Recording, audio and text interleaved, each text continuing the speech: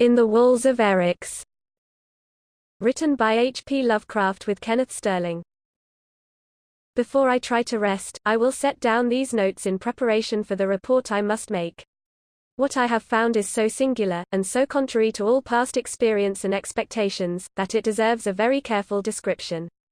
I reached the main landing, on Venus March 18, terrestrial time, 6:09 of the planet's calendar. Being put in the main group under Miller, I received my equipment, watch tuned to Venus' slightly quicker rotation, and went through the usual mask drill. After 2 days I was pronounced fit for duty. Leaving the Crystal Company's post at Terra Nova around dawn, 6:12, I followed the southerly route which Anderson had mapped out from the air. The going was bad, for these jungles are always half impassable after a rain. It must be the moisture that gives the tangled vines and creepers that leathery toughness, a toughness so great that a knife has to work 10 minutes on some of them. By noon it was drier, the vegetation getting soft and rubbery, so that the knife went through it easily, but even then I could not make much speed. These Carter oxygen masks are too heavy. Just carrying 1/2 wears an ordinary man out. A Dubois mask with sponge reservoir instead of tubes would give just as good air at half the weight. The crystal detector seemed to function well, pointing steadily in a direction verifying Anderson's report.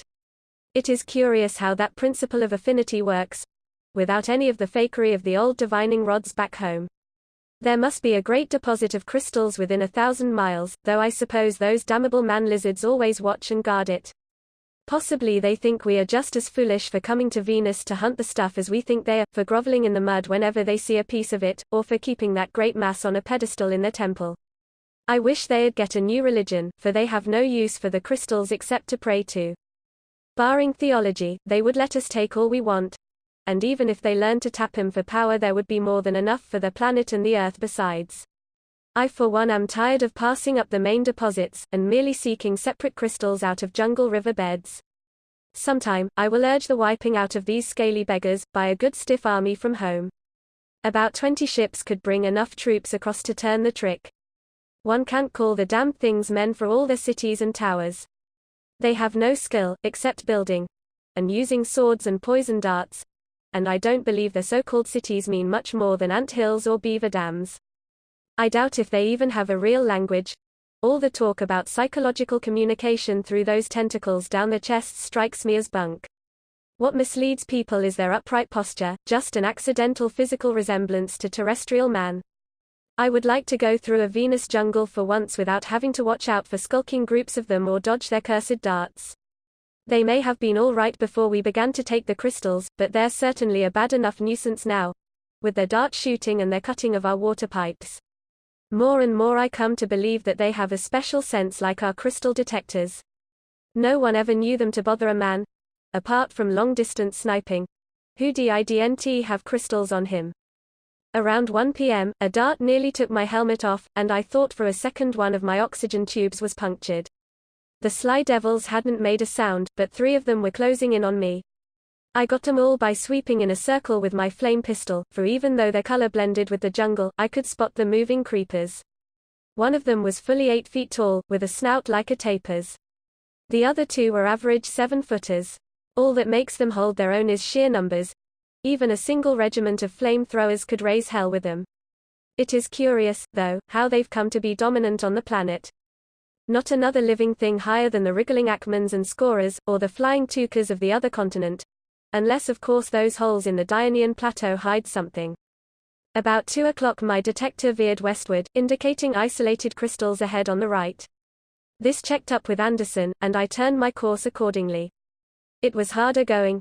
Not only because the ground was rising, but because the animal life and carnivorous plants were thicker. I was always slashing ugrats and stepping on scorers, and my leather suit was all speckled from the bursting darrows which struck it from all sides. The sunlight was all the worse because of the mist, and did not seem to dry up the mud in the least. Every time I stepped my feet sank down 5 or 6 inches, and there was a sucking sort of blup every time I pulled them out. I wish somebody would invent a safe kind of suiting other than leather for this climate. Cloth of course would rot, but some thin metallic tissue that couldn't rip, like the surface of this revolving decay-proof record scroll, ought to be feasible sometime. I ate about 3:30, if slipping these wretched food tablets through my mask can be called eating. Soon after that I noticed a decided change in the landscape, the bright, poisonous-looking flowers shifting in color and getting wraith-like. The outlines of everything shimmered rhythmically, and bright points of light appeared and danced in the same slow, steady tempo. After that, the temperature seemed to fluctuate, in unison with a peculiar rhythmic drumming. The whole universe seemed to be throbbing in deep, regular pulsations that filled every corner of space and flowed through my body and mind alike. I lost all sense of equilibrium and staggered dizzily, nor did it change things in the least when I shut my eyes and covered my ears with my hands. However, my mind was still clear, and in a very few minutes I realized what had happened. I had encountered at last one of those curious mirage plants about which so many of our men told stories. Anderson had warned me of them, and described their appearance very closely. The shaggy stalk, the spiky leaves, and the mottled blossoms whose gaseous, dream-breeding exhalations penetrate every existing make of mask. Recalling what happened to Bailey 3 years ago, I fell into a momentary panic, and began to dash and stagger about in the crazy, chaotic world which the plant's exhalations had woven around me. Then good sense came back, and I realized all I need do was retreat from the dangerous blossoms, heading away from the source of the pulsations, and cutting a path blindly, regardless of what might seem to swirl around me, until safely out of the plant's effective radius. Although everything was spinning perilously, I tried to start in the right direction and hack my way ahead. My route must have been far from straight, for it seemed hours before I was free of the mirage plant's pervasive influence. Gradually the dancing lights began to disappear, and the shimmering spectral scenery began to assume the aspect of solidity. When I did get wholly clear, I looked at my watch, and was astonished to find that the time was only 4:20. Though eternities had seemed to pass, the whole experience could have consumed little more than a half-hour. Every delay, however, was irksome, and I had lost ground in my retreat from the plant. I now pushed ahead in the uphill direction indicated by the crystal detector, bending every energy toward making better time. The jungle was still thick, though there was less animal life. Once a carnivorous blossom engulfed my right foot and held it so tightly that I had to hack it free with my knife, reducing the flower to strips before it let go. In less than an hour I saw that the jungle growths were thinning out, and by 5 o'clock, after passing through a belt of tree ferns with very little underbrush, I emerged on a broad mossy plateau. My progress now became rapid, and I saw by the wavering of my detector needle that I was getting relatively close to the crystal I sought. This was odd, for most of the scattered, egg-like spheroids occurred in jungle streams of a sort not likely to be found on this treeless upland. The terrain sloped upward, ending in a definite crest. I reached the top about 5:30, and saw ahead of me a very extensive plain with forests in the distance. This, without question, was the plateau mapped by Matsugawa from the air 50 years ago, and called on our maps Eryx or the Erycinian highland. But what made my heart leap was a smaller detail, whose position could not have been far from the plain's exact center. It was a single point of light, blazing through the mist and seeming to draw a piercing, concentrated luminescence from the yellowish, vapor-dulled sunbeams. This, without doubt, was the crystal I sought, a thing possibly no larger than a hen's egg, yet containing enough power to keep a city warm for a year. I could hardly wonder, as I glimpsed the distant glow, that those miserable man-lizards worship such crystals. And yet they have not the least notion of the powers they contain. Breaking into a rapid run, I tried to reach the unexpected prize as soon as possible, and was annoyed when the firm moss gave place to a thin, singularly detestable mud, studded with occasional patches of weeds and creepers. But I splashed on heedlessly, scarcely thinking to look around for any of the skulking man-lizards. In this open space I was not very likely to be waylaid. As I advanced, the light ahead seemed to grow in size and brilliancy, and I began to notice some peculiarity in its situation. Clearly, this was a crystal of the very finest quality, and my elation grew with every spattering step. It is now that I must begin to be careful in making my report, since what I shall henceforward have to say involves unprecedented, though fortunately verifiable, matters. I was racing ahead with mounting eagerness, and had come within 100 yards or so of the crystal, whose position on a sort of raised place in the omnipresent slime seemed very odd, when a sudden, overpowering force struck my chest and the knuckles of my clenched fists and knocked me over backward into the mud. The splash of my fall was terrific, nor did the softness of the ground and the presence of some slimy weeds and creepers save my head from a bewildering jarring. For a moment I lay supine, too utterly startled to think. Then I half mechanically stumbled to my feet and began to scrape the worst of the mud and scum from my leather suit. Of what I had encountered I could not form the faintest idea. I had seen nothing which could have caused the shock, and I saw nothing now. Had I, after all, merely slipped in the mud? My sore knuckles and aching chest forbade me to think so. Or was this whole incident an illusion, brought on by some hidden mirage plant? It hardly seemed probable, since I had none of the usual symptoms, and since there was no place nearby, where so vivid and typical a growth could lurk unseen. Had I been on the Earth, I would have suspected a barrier of N-force laid down by some government to mark a forbidden zone.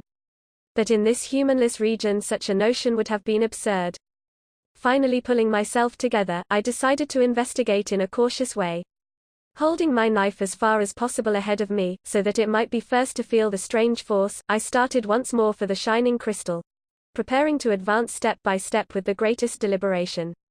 At the third step I was brought up short by the impact of the knife point on an apparently solid surface, a solid surface where my eyes saw nothing. After a moment's recoil I gained boldness. Extending my gloved left hand, I verified the presence of invisible solid matter, or a tactile illusion of solid matter, ahead of me. Upon moving my hand I found that the barrier was of substantial extent, and of an almost glassy smoothness, with no evidence of the joining of separate blocks. Nerving myself for further experiments, I removed a glove and tested the thing with my bare hand. It was indeed hard and glassy, and of a curious coldness as contrasted with the air around. I strained my eyesight to the utmost in an effort to glimpse some trace of the obstructing substance, but could discern nothing whatsoever. There was not even any evidence of refractive power as judged by the aspect of the landscape ahead. Absence of reflective power was proved by the lack of a glowing image of the sun at any point.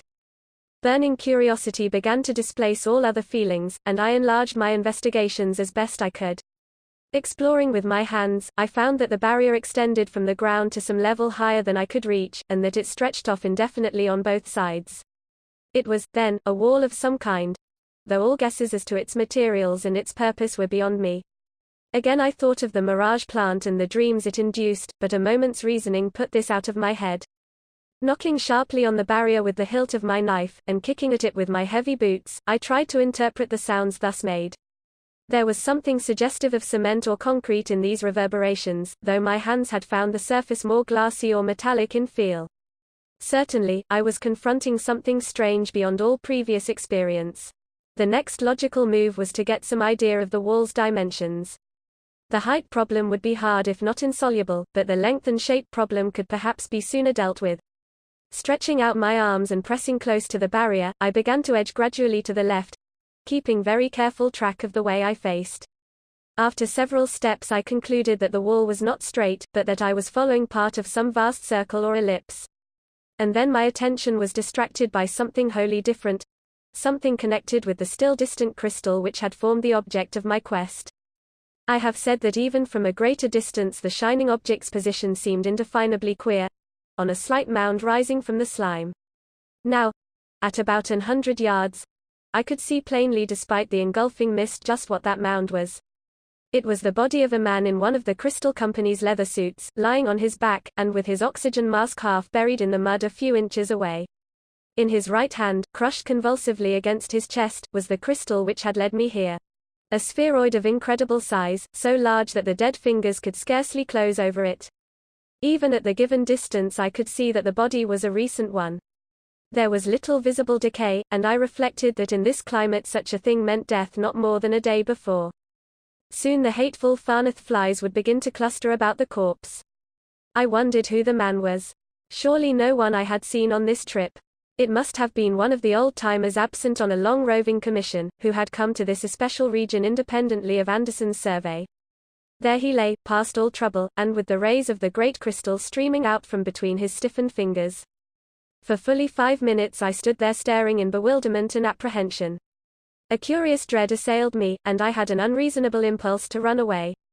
It could not have been done by those slinking man-lizards, for he still held the crystal he had found. Was there any connection with the invisible wall? Where had he found the crystal? Anderson's instrument had indicated one in this quarter, well before this man could have perished.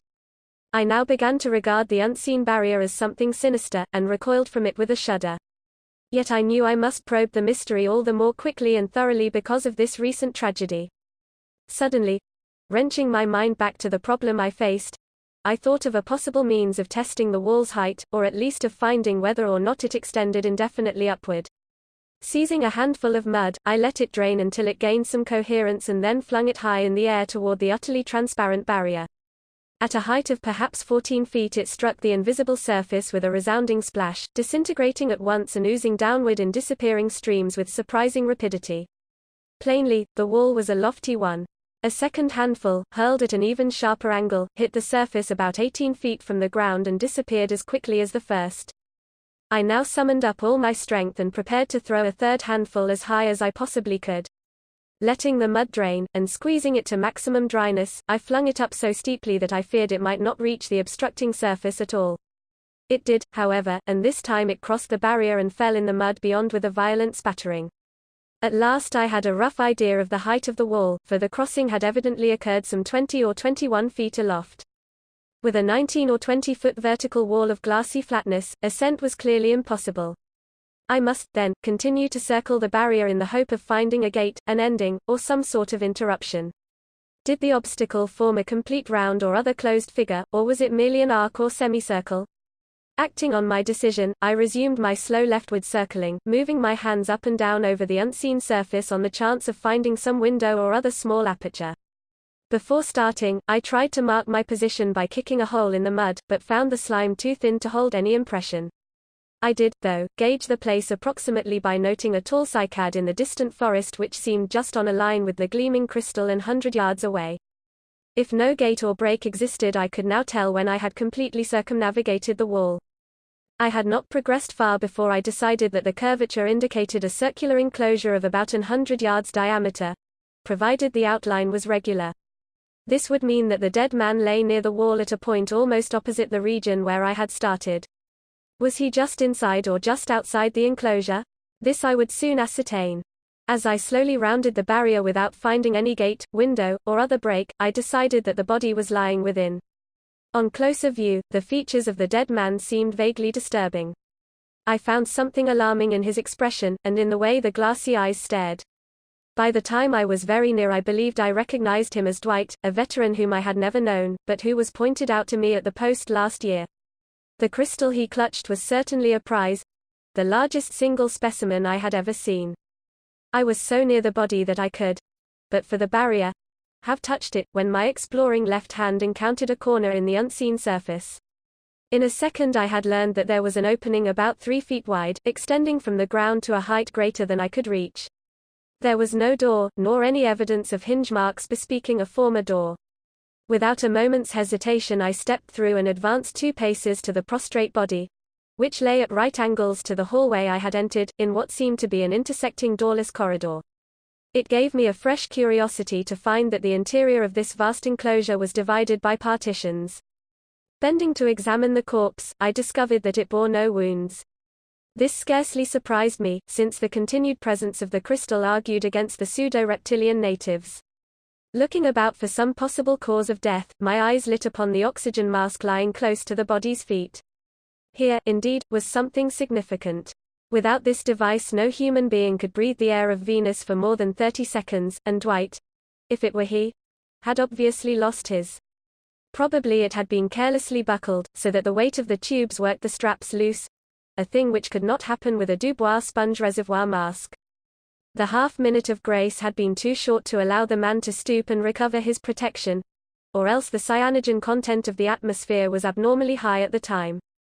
Probably he had been busy admiring the crystal, wherever he may have found it. He had, apparently, just taken it from the pouch in his suit, for the flap was unbuttoned. I now proceeded to extricate the huge crystal from the dead prospector's fingers, a task which the body's stiffness made very difficult.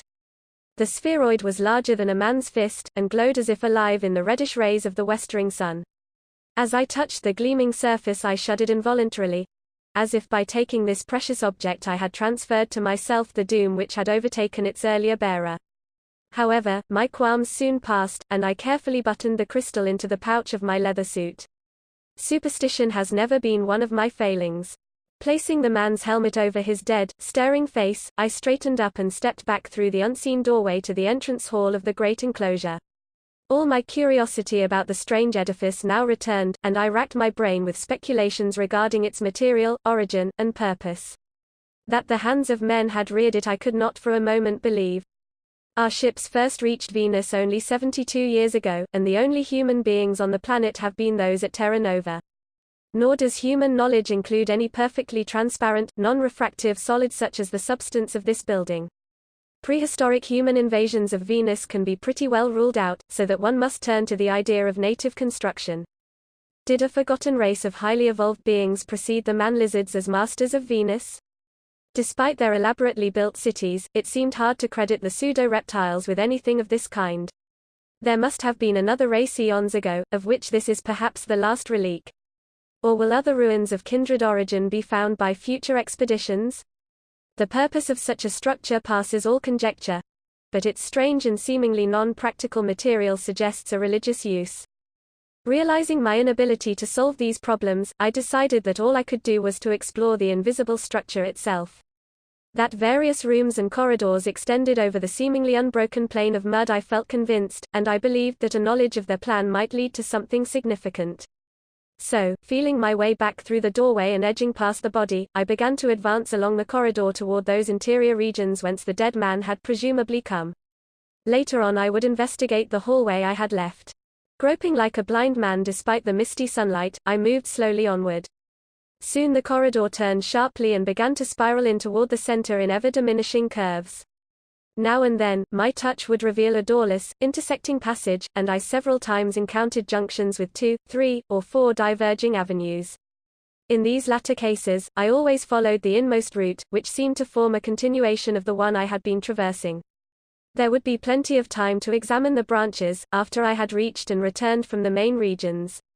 I can scarcely describe the strangeness of the experience, threading the unseen ways of an invisible structure reared by forgotten hands on an alien planet. At last, still stumbling and groping, I felt the corridor end in a sizable open space. Fumbling about, I found I was in a circular chamber about 10 feet across. And, from the position of the dead man against certain distant forest landmarks, I judged that this chamber lay at, or near the center of the edifice.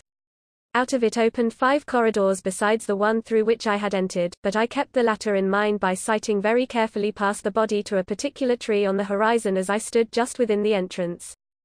There was nothing in this room to distinguish it, merely the floor of thin mud which was everywhere present. Wondering whether this part of the building had any roof, I repeated my experiment with an upward-flung handful of mud, and found at once that no covering existed. If there had ever been one, it must have fallen long ago, for not a trace of debris or scattered blocks ever halted my feet. As I reflected, it struck me as distinctly odd that this apparently primordial structure should be so devoid of tumbling masonry, gaps in the walls, and other common attributes of dilapidation. What was it? What had it ever been? Of what was it made? Why was there no evidence of separate blocks in the glassy, bafflingly homogeneous walls? Why were there no traces of doors, either interior or exterior? I knew only that I was in a round, roofless, doorless edifice of some hard, smooth, perfectly transparent, non-refractive, and non-reflective material, 100 yards in diameter, with many corridors, and with a small circular room at the center. More than this I could never learn from a direct investigation. I now observed that the sun was sinking very low in the west, a golden ruddy disk floating in a pool of scarlet and orange above the mist-clouded trees of the horizon. Plainly, I would have to hurry if I expected to choose a sleeping spot on dry ground before dark. I had long before decided to camp for the night on the firm, mossy rim of the plateau near the crest whence I had first spied the shining crystal, trusting to my usual luck to save me from an attack by the man-lizards. It has always been my contention that we ought to travel in parties of 2 or more, so that someone can be on guard during sleeping hours, but the really small number of night attacks makes the company careless about such things.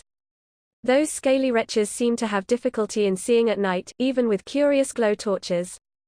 Having picked out again the hallway through which I had come, I started to return to the structure's entrance. Additional exploration could wait for another day.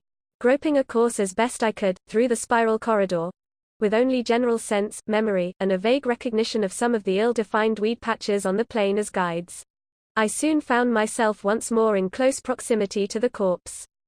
There were now 1 or 2 Farneth flies swooping over the helmet-covered face, and I knew that decay was setting in.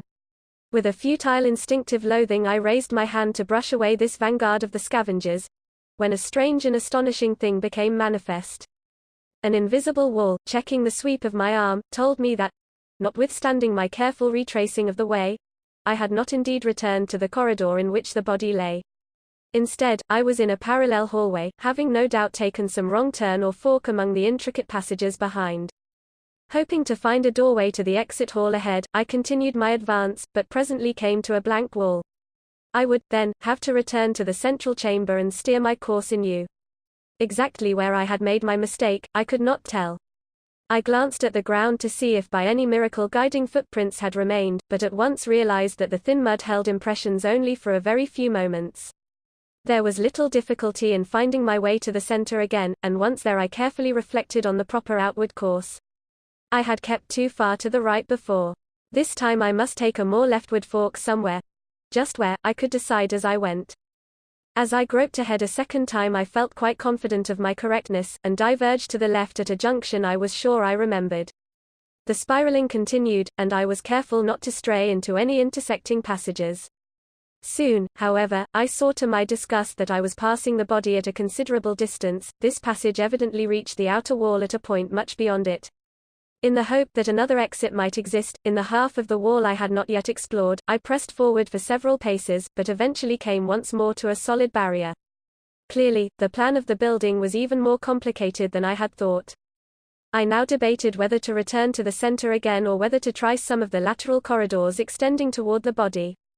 If I chose this second alternative, I would run the risk of breaking my mental pattern of where I was, hence I had better not attempt it unless I could think of some way of leaving a visible trail behind me. Just how to leave a trail would be quite a problem, and I ransacked my mind for a solution. There seemed to be nothing about my person which could leave a mark on anything, nor any material which I could scatter, or minutely subdivide and scatter. My pen had no effect on the invisible wall, and I could not lay a trail of my precious food tablets. Even had I been willing to spare the latter, there would not have been even nearly enough, besides which the small pellets would have instantly sunk from sight in the thin mud. I searched my pockets for an old-fashioned notebook, often used unofficially on Venus despite the quick rotting rate of paper in the planet's atmosphere, whose pages I could tear up and scatter, but could find none. It was obviously impossible to tear the tough, thin metal of this revolving, decay-proof record scroll, nor did my clothing offer any possibilities. In Venus's peculiar atmosphere, I could not safely spare my stout leather suit, and underwear had been eliminated because of the climate. I tried to smear mud on the smooth, invisible walls after squeezing it as dry as possible, but found that it slipped from sight as quickly as did the height-testing handfuls I had previously thrown. Finally I drew out my knife and attempted to scratch a line on the glassy, phantom surface, something I could recognize with my hand, even though I would not have the advantage of seeing it from afar. It was useless, however, for the blade made not the slightest impression on the baffling, unknown material. Frustrated in all attempts to blaze a trail, I again sought the round central chamber through memory. It seemed easier to get back to this room than to steer a definite, predetermined course away from it, and I had little difficulty in finding it anew. This time, I listed on my record scroll every turn I made, drawing a crude hypothetical diagram of my route, and marking all diverging corridors. It was, of course, maddeningly slow work when everything had to be determined by touch, and the possibilities of error were infinite. But I believed it would pay off in the long run. The long twilight of Venus was thick when I reached the central room, but I still had hopes of gaining the outside before dark. Comparing my fresh diagram with previous recollections, I believed I had located my original mistake, so once more set out confidently along the invisible hallways. I veered further to the left than during my previous attempts, and tried to keep track of my turnings on the record scroll in case I was still mistaken. In the gathering dusk I could see the dim line of the corpse, now the center of a loathsome cloud of Farnath flies.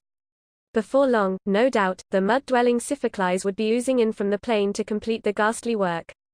Approaching the body with some reluctance, I was preparing to step past it when a sudden collision with a wall told me I was again astray. I now realized plainly that I was lost. The complications of this building were too much for offhand solution, and I would probably have to do some careful checking before I could hope to emerge. Still, I was eager to get to dry ground before total darkness set in, hence I returned once more to the center and began a rather aimless series of trials and errors, making notes by the light of my electric lamp. When I used this device I noticed with interest that it produced no reflection, not even the faintest glistening, in the transparent walls around me. I was, however, prepared for this, since the sun had at no time formed a gleaming image in the strange material. I was still groping about when the dusk became total. A heavy mist obscured most of the stars and planets, but the Earth was plainly visible as a glowing, bluish-green point in the southeast. It was just past opposition, and would have been a glorious sight in a telescope. I could even make out the moon beside it whenever the vapors momentarily thinned. It was now impossible to see the corpse, my only landmark, so I blundered back to the central chamber after a few false turns. After all, I would have to give up hope of sleeping on dry ground.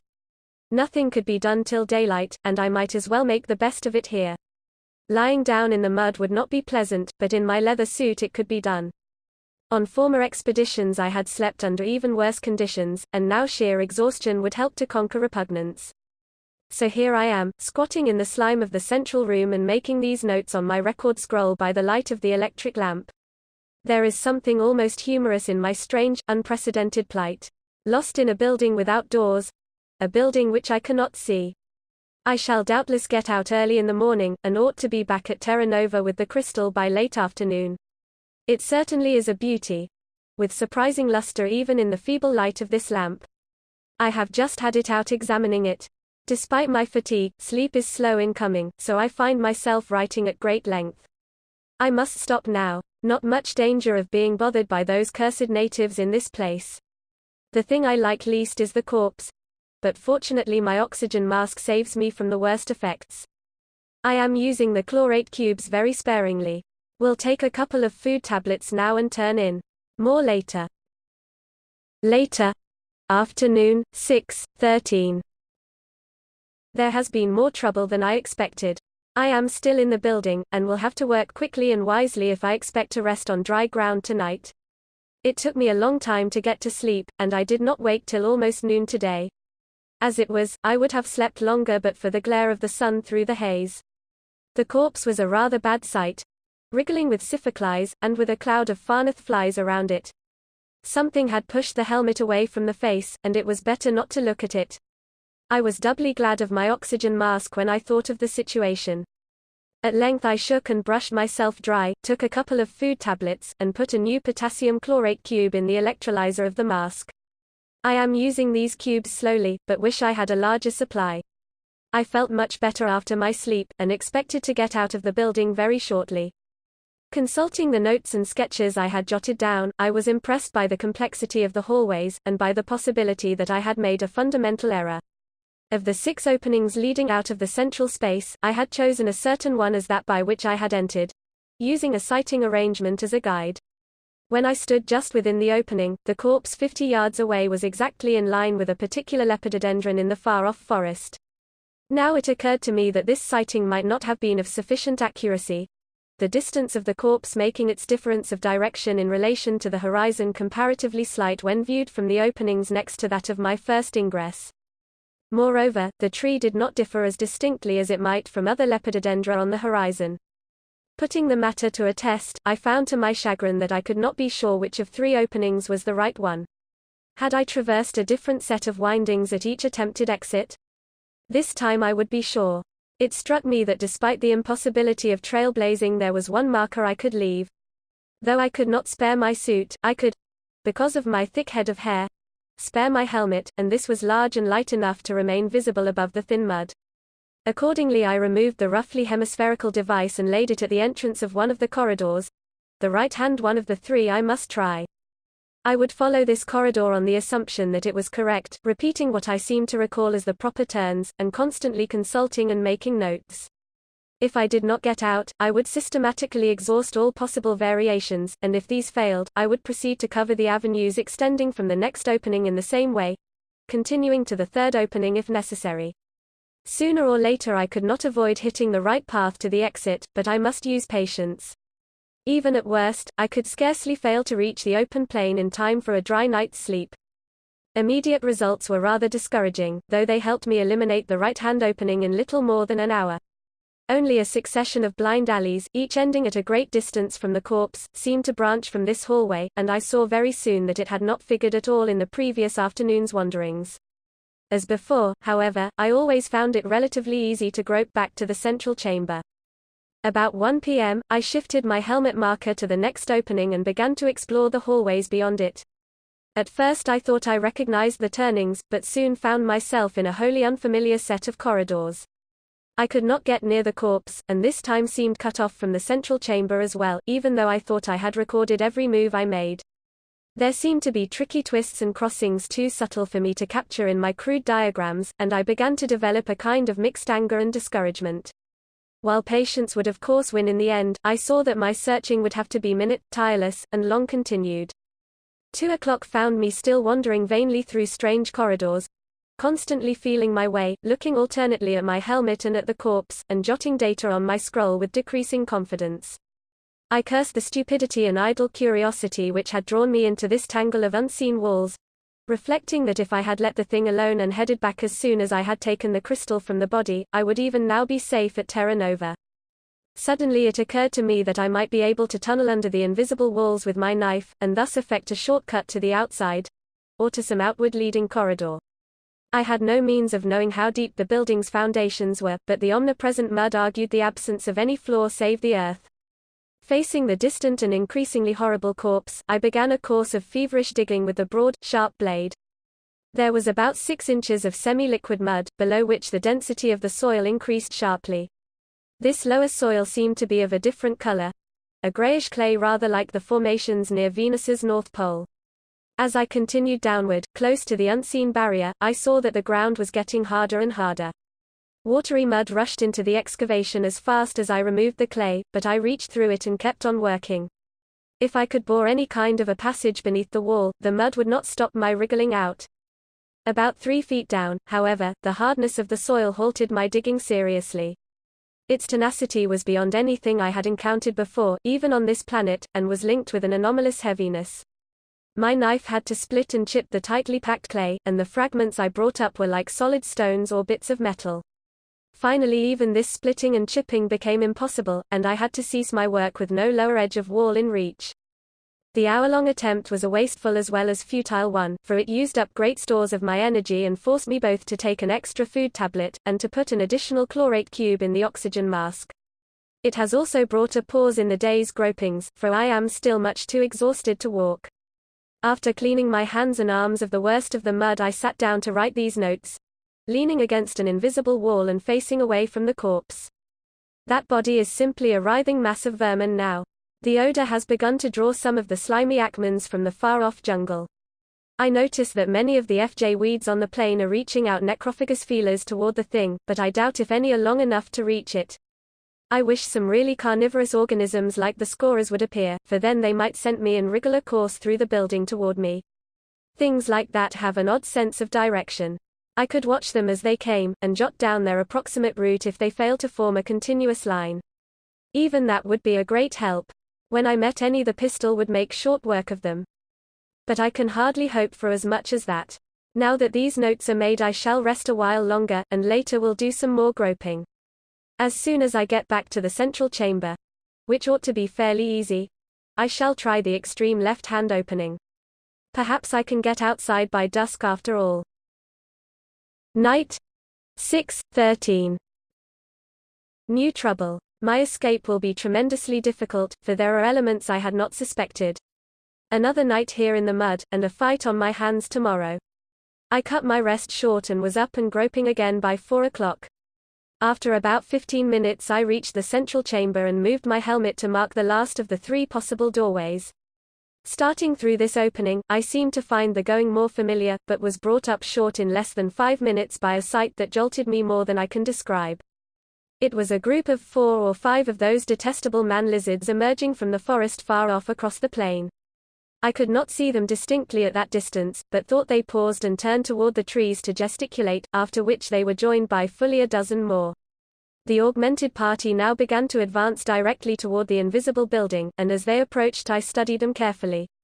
I had never before had a close view of the things outside the steamy shadows of the jungle. The resemblance to reptiles was perceptible, though I knew it was only an apparent one, since these beings have no point of contact with terrestrial life. When they drew nearer they seemed less truly reptilian, only the flat head and the green, slimy, frog-like skin carrying out the idea. They walked erect on their odd, thick stumps, and their suction discs made curious noises in the mud. These were average specimens, about 7 feet in height, and with 4 long, ropey pectoral tentacles. The motions of those tentacles, if the theories of Fogg, Ekberg, and Janat are right, which I formerly doubted but am now more ready to believe, indicated that the things were in animated conversation. I drew my flame pistol and was ready for a hard fight. The odds were bad, but the weapon gave me a certain advantage. If the things knew this building, they would come through it after me, and in this way would form a key to getting out, just as carnivorous scorers might have done. That they would attack me seemed certain, for even though they could not see the crystal in my pouch, they could divine its presence through that special sense of theirs. Yet, surprisingly enough, they did not attack me. Instead, they scattered and formed a vast circle around me, at a distance which indicated that they were pressing close to the unseen wall. Standing there in a ring, the beings stared silently and inquisitively at me, waving their tentacles and sometimes nodding their heads and gesturing with their upper limbs. After a while I saw others issue from the forest, and these advanced and joined the curious crowd. Those near the corpse looked briefly at it but made no move to disturb it. It was a horrible sight, yet the man-lizards seemed quite unconcerned. Now and then one of them would brush away the Farnath flies with its limbs or tentacles, or crush a wriggling Siphocli or Acman, or an outreaching FJ weed, with the suction discs on its stumps. Staring back at these grotesque and unexpected intruders, and wondering uneasily why they did not attack me at once, I lost for the time being the willpower and nervous energy to continue my search for a way out. Instead I leaned limply against the invisible wall of the passage where I stood, letting my wonder merge gradually into a chain of the wildest speculations. 100 mysteries which had previously baffled me seemed all at once to take on a new and sinister significance, and I trembled with an acute fear unlike anything I had experienced before. I believed I knew why these repulsive beings were hovering expectantly around me. I believed, too, that I had the secret of the transparent structure at last. The alluring crystal which I had seized, the body of the man who had seized it before me, all these things began to acquire a dark and threatening meaning. It was no common series of mischances which had made me lose my way in this roofless, unseen tangle of corridors. Far from it. Beyond doubt, the place was a genuine maze, a labyrinth deliberately built by these hellish beings whose craft and mentality I had so badly underestimated. Might I not have suspected this before, knowing of their uncanny architectural skill? The purpose was all too plain. It was a trap. A trap set to catch human beings, and with the crystal spheroid as bait. These reptilian things, in their war on the takers of crystals, had turned to strategy and were using our own cupidity against us. Dwight, if this rotting corpse were indeed he, was a victim. He must have been trapped some time ago, and had failed to find his way out. Lack of water had doubtless maddened him, and perhaps he had run out of chlorate cubes as well. Probably his mask had not slipped accidentally after all. Suicide was a likelier thing. Rather than face a lingering death, he had solved the issue by removing the mask deliberately and letting the lethal atmosphere do its work at once. The horrible irony of his fate lay in his position. Only a few feet from the saving exit he had failed to find. 1 minute more of searching and he would have been safe. And now I was trapped as he had been. Trapped, and with this circling herd of curious starers to mock at my predicament. The thought was maddening, and as it sank in I was seized with a sudden flash of panic which set me running aimlessly through the unseen hallways. For several moments I was essentially a maniac, stumbling, tripping, bruising myself on the invisible walls, and finally collapsing in the mud as a panting, lacerated heap of mindless, bleeding flesh. The fall sobered me a bit, so that when I slowly struggled to my feet I could notice things and exercise my reason. The circling watchers were swaying their tentacles in an odd, irregular way suggestive of sly, alien laughter, and I shook my fist savagely at them as I rose. My gesture seemed to increase their hideous mirth, a few of them clumsily imitating it with their greenish upper limbs. Shamed into sense, I tried to collect my faculties and take stock of the situation. After all, I was not as badly off as Dwight had been. Unlike him, I knew what the situation was, and forewarned is forearmed. I had proof that the exit was attainable in the end, and would not repeat his tragic act of impatient despair. The body, or skeleton, as it would soon be, was constantly before me as a guide to the sought-for aperture, and dogged patience would certainly take me to it if I worked long and intelligently enough. I had, however, the disadvantage of being surrounded by these reptilian devils. Now that I realized the nature of the trap, whose invisible material argued a science and technology beyond anything on Earth. I could no longer discount the mentality and resources of my enemies. Even with my flame pistol I would have a bad time getting away.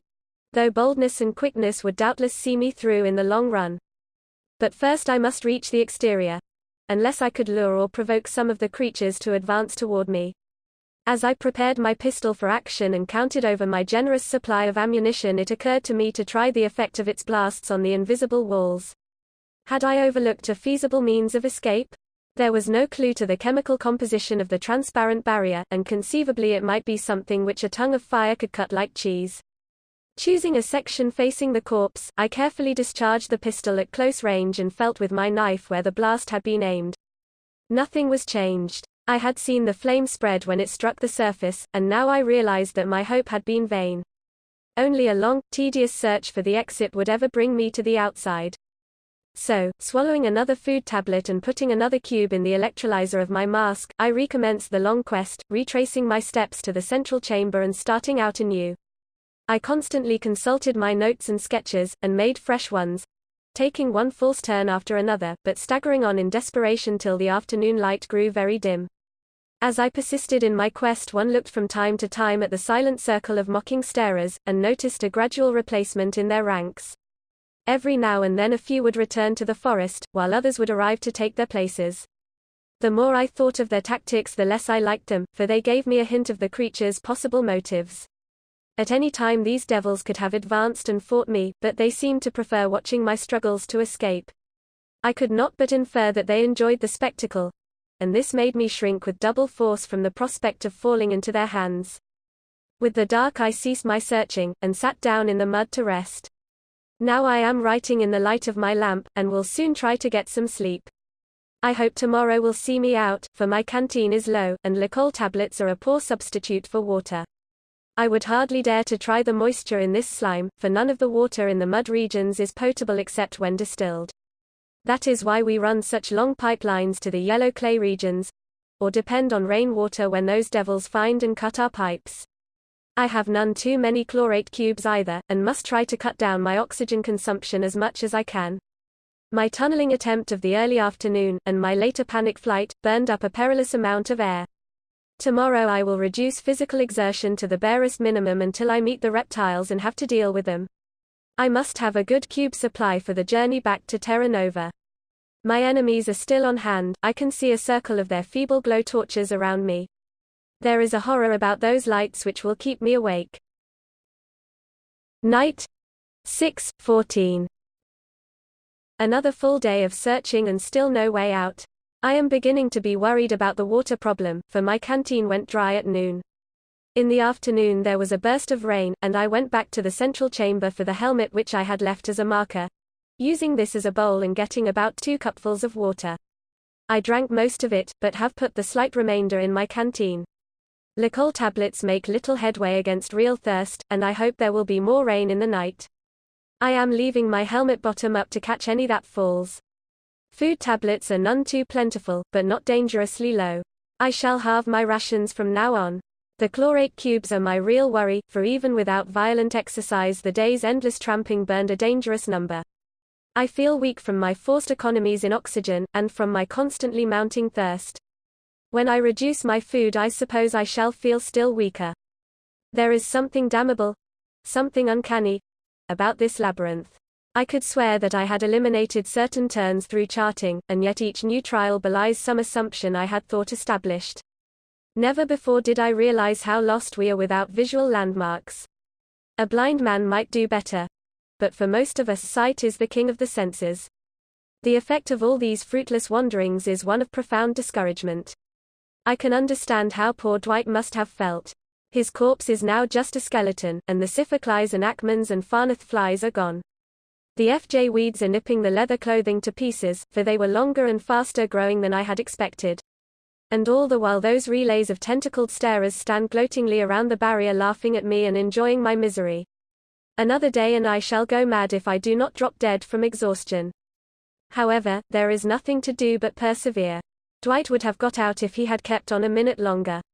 It is just possible that somebody from Terra Nova will come looking for me before long, although this is only my 3rd day out. My muscles ache horribly, and I can't seem to rest at all lying down in this loathsome mud. Last night, despite my terrific fatigue, I slept only fitfully, and tonight I fear will be no better. I live in an endless nightmare, poised between waking and sleeping, yet neither truly awake nor truly asleep.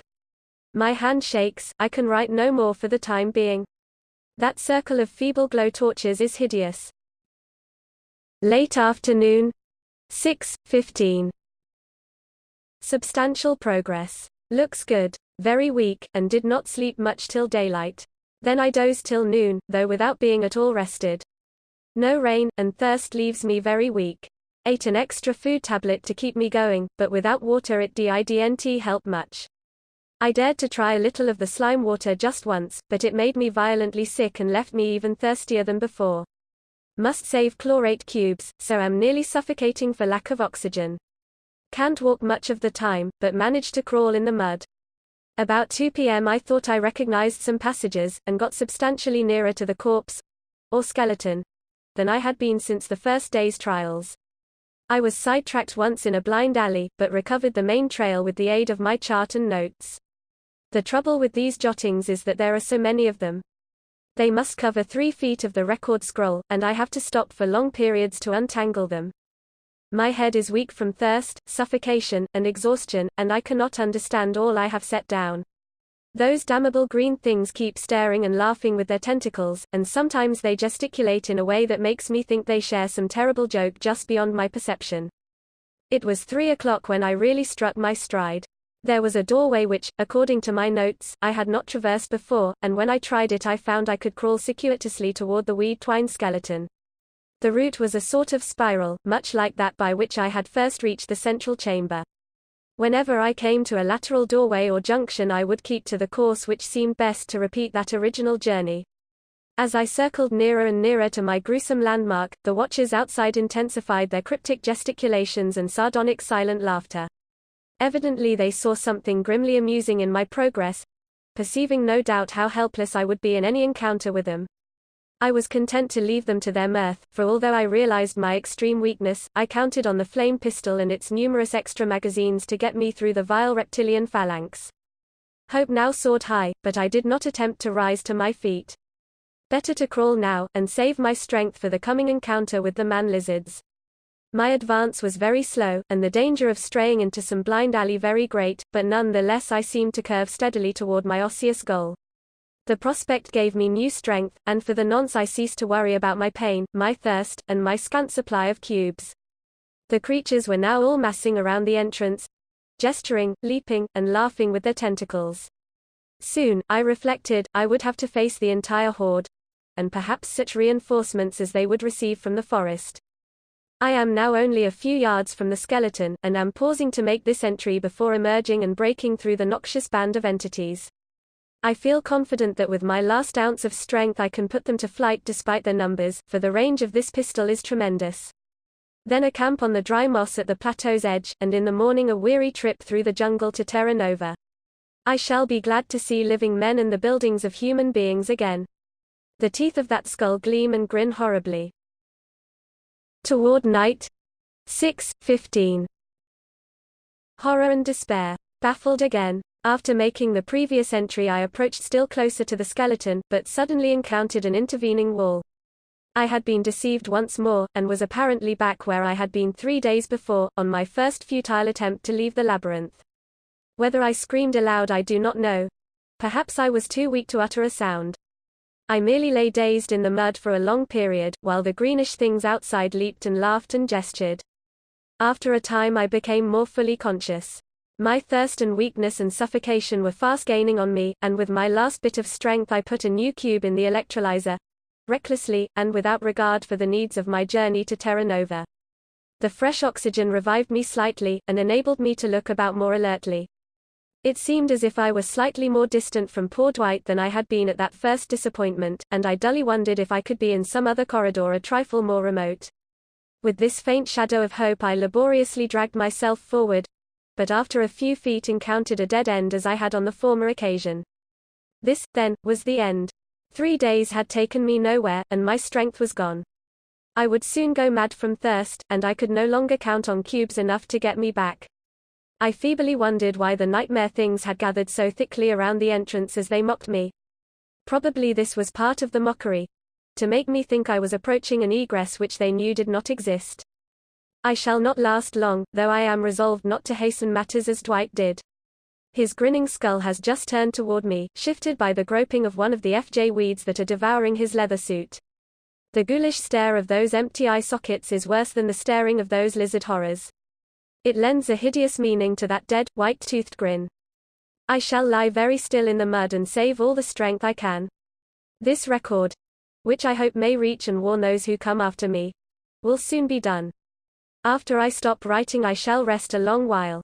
Then, when it is too dark for those frightful creatures to see, I shall muster up my last reserves of strength and try to toss the record scroll over the wall in the intervening corridor to the plain outside. I shall take care to send it toward the left, where it will not hit the leaping band of mocking beleaguers. Perhaps it will be lost forever in the thin mud, but perhaps it will land in some widespread clump of weeds and ultimately reach the hands of men. If it does survive to be read, I hope it may do more than merely warn men of this trap. I hope it may teach our race to let those shining crystals stay where they are.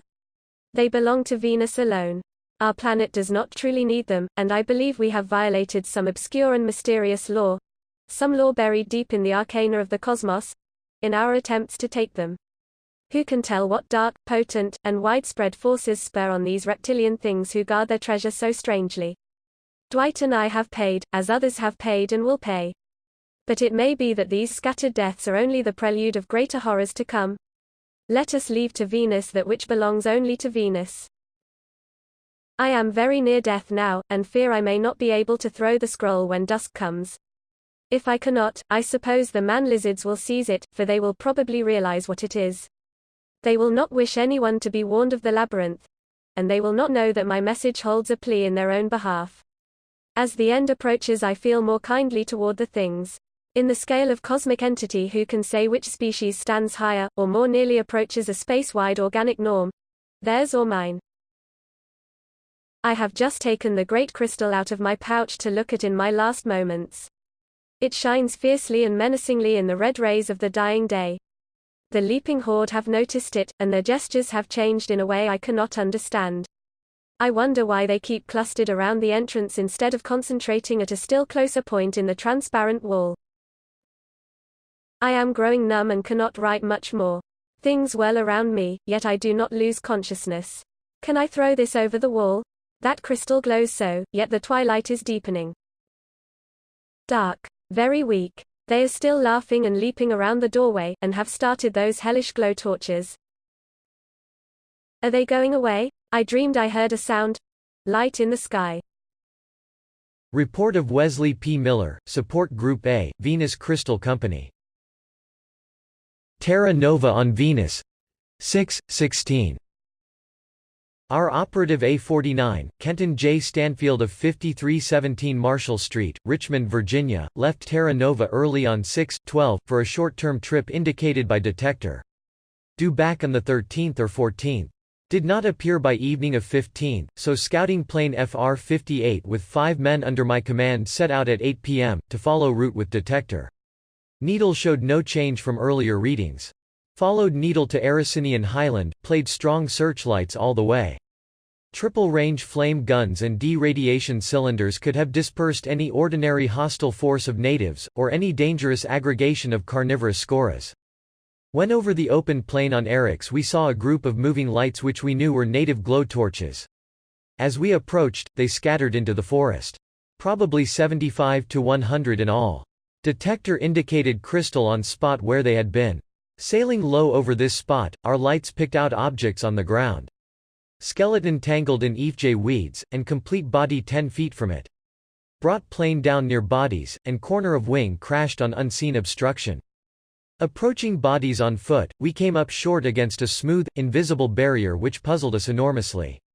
Feeling along it near the skeleton, we struck an opening, beyond which was a space with another opening leading to the skeleton.